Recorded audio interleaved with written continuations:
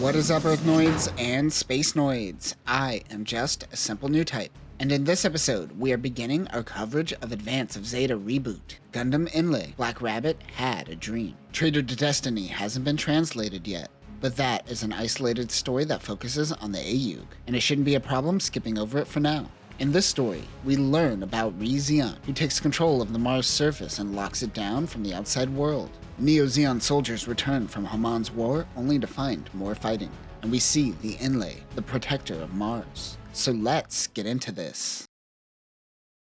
Some kids are attending school. They are prepping for the Reboot festival. One girl is showing off a Zeon normal suit. One boy wants to wear a Titan's jacket, but he learns that the Titans are the bad guys. One kid says they were supposed to protect Earth. Maybe they weren't the bad guys. It's like listening to children on X try to rewrite history. Everything you learned is meaningless and the next generation is just gonna trample all over you. The girls make one boy wear a normal suit. The kid strips with the teacher in the back. The teacher says, "Don't worry, I won't tell your parents." What is this weird future timeline the story is choosing to start with? The teacher says that the Titans and Neo-Zeon were once fighting for world domination. The Fetties aren't even a part of the equation. The teacher tells the students to come to the front of the classroom. It's story time. He says that the story started with one Gundam named Enlay. The teacher says this Gundam was supposed to spread humanity's wings. Also, the creepy teacher is about to be the narrator of this story. Neat.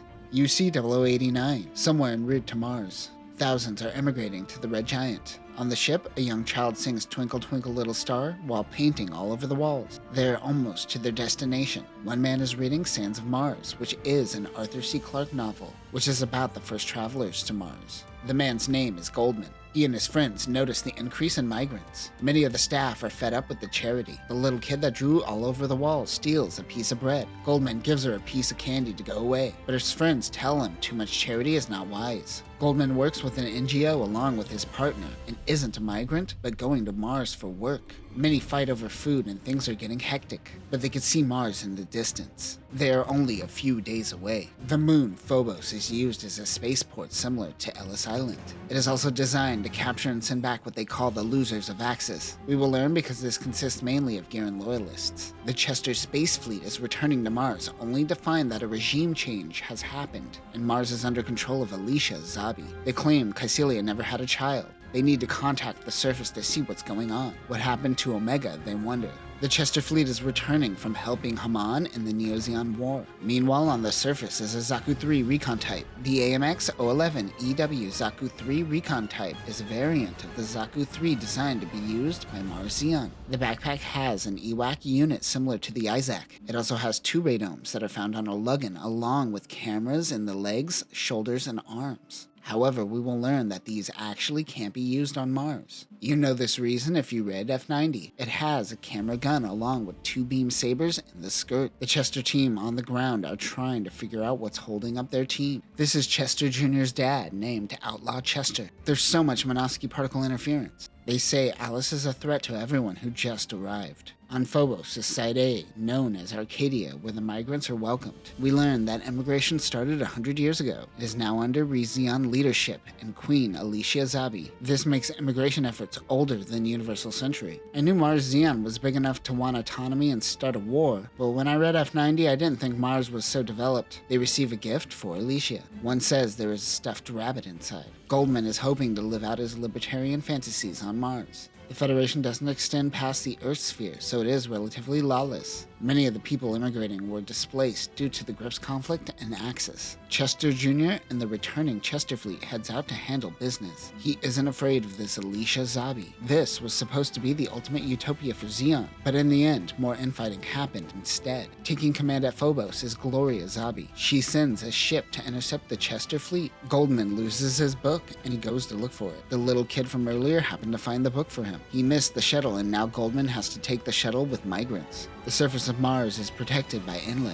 This was used at the end of the Grips conflict and brought over to Mars by Alicia. Zaku 3s attack the Chester fleet. Their fleet consists of the Grand Zandria. The Grand Zandria reclass ship is a land ship inspired by the Alexandria class ship. This is mainly designed for planetary operations and functions on land, but it has a Minovsky craft system and can float in Mars' atmosphere. It has supplementary hover units to complement the Minovsky craft system. Weapons include 7 twin megaparticle guns, a pair pair of primary megaparticle cannons, and 20 triple-barrel AA guns. The Chester fleet is using Musais. Out of the hangar bursts a giant mobile armor. It is the Big Zamuru. The AMA-01S Big Zamuru is the continuation of the Jamru Fin, which continues the Big Zam line. The Jamru Fin was made to be smaller and more efficient than the Big Zam, but this design goes back to a bigger size. The mobile armor was designed to be piloted by Newtypes or Cyber Newtypes. This unit has an I-field generator on the top of the fuselage, as well as retractable megaparticle cannons just like the Big Zam, but with a higher output. It also has deflection blades for beam dispersion. This incorporates the booster from the Bigro as well. It was designed to help during the first Neo-Zeon War, but never made it to the Earth's sphere.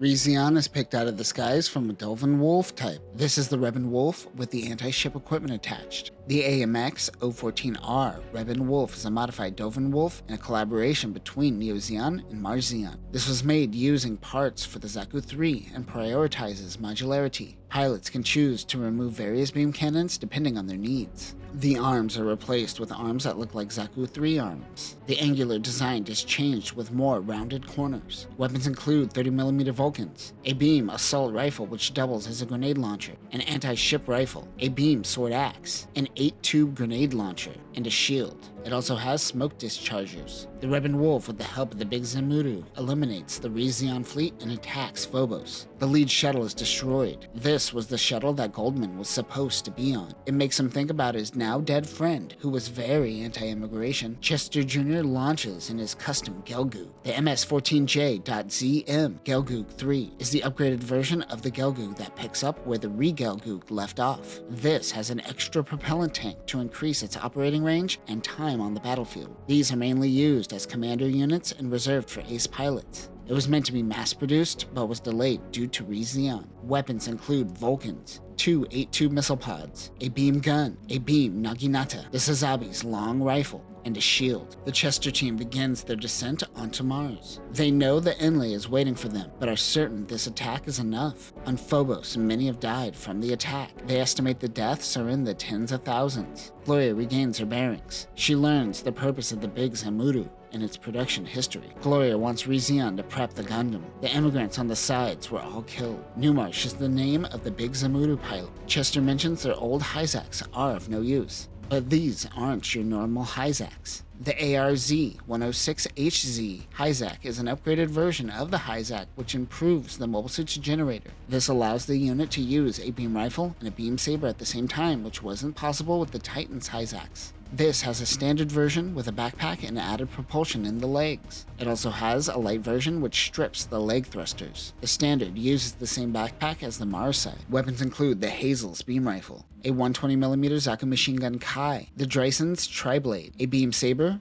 a shoulder shield, and a regular shield that can store E-packs. Chester's team is attacked. Barzams surround a giant mobile armor. The ARZ-154BZ Barzam is ReZeon's upgraded version of the Barzam once the Titan's design fell into the hands of Zeon remnants. These are refitted with hover units in the calves for traversing the Mars terrain. This can also utilize TR upgrades including the Herdudu 2, the Grand unit, and the Aqua unit. Weapons include 60mm Vulcan pods, a beam rifle which doubles as a grenade launcher, and a beam saber. The mobile armor uses the Bunnies system. This is a personality-based OS designed specifically for Cyber Newtypes and made specifically for the TR6 units. It can learn from its pilots. Gloria is not referring to the Enlay, but this special gift they just received. The mobile armor fires on the Big Zamuru. Chicken Zam's eye field deflects the beam attack, but it deflects right into 2 Musais. That is when Mars's mobile armor begins attacking. This is the Enlay. During our Flags of Titans coverage, we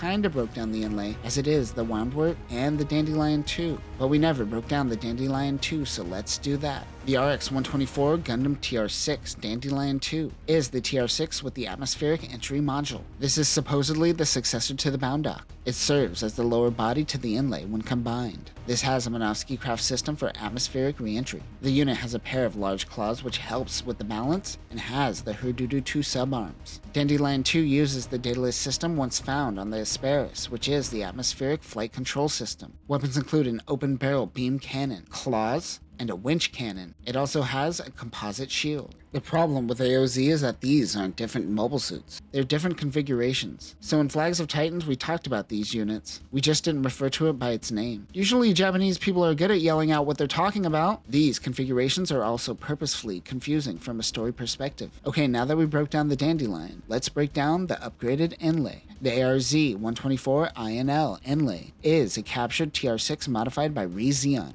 This is ReZeon's ultimate defense systems for the Mars surface. It keeps many of the features of the original Enlay, including the dataless system, docking points, and a winged unit. However, this also includes a solar sail, an I-field generator, and a weapons cargo unit. This also utilizes the INCOM system. Weapons include the long-range beam cannon used by the Bigwig, and the diffused beam cannons. Take this breakdown with a grain of salt, as I can't find sources to back up this info. Gloria and a scientist named Chief Engineer Marina are monitoring the pilot. This unit tears through Chester's men. Goldman realizes he should have died on that other shuttle. Chester Jr.'s men retreat. He curses ReZeon. Enlay protects the immigrants. They sig that ReZeon. And that will do it for our first dive into AOZ Reboot. This definitely changes my perspective regarding the landscape of Mars during the middling years in Universal Century. This makes it seem as though life is flourishing on Mars. I always assumed it was a life of constant struggle similar to Jupiter. I mean, they did mention the food problem though. ReZeon is now in control on Mars, and it all happened while Axis Zeon, now Neo Zeon, were fighting Haman's war. A new frontier leads to a new civil war. Next time we switch perspectives to some Titans remnants that eventually join the Mars frontier. We learn of a scientist that does some experimentation on little girls, and we see an Ashamar in action. But that will do it for now, Newtypes. Remember, you could fight a war only to return home to a world you don't remember, wondering why you left in the first place. Peace.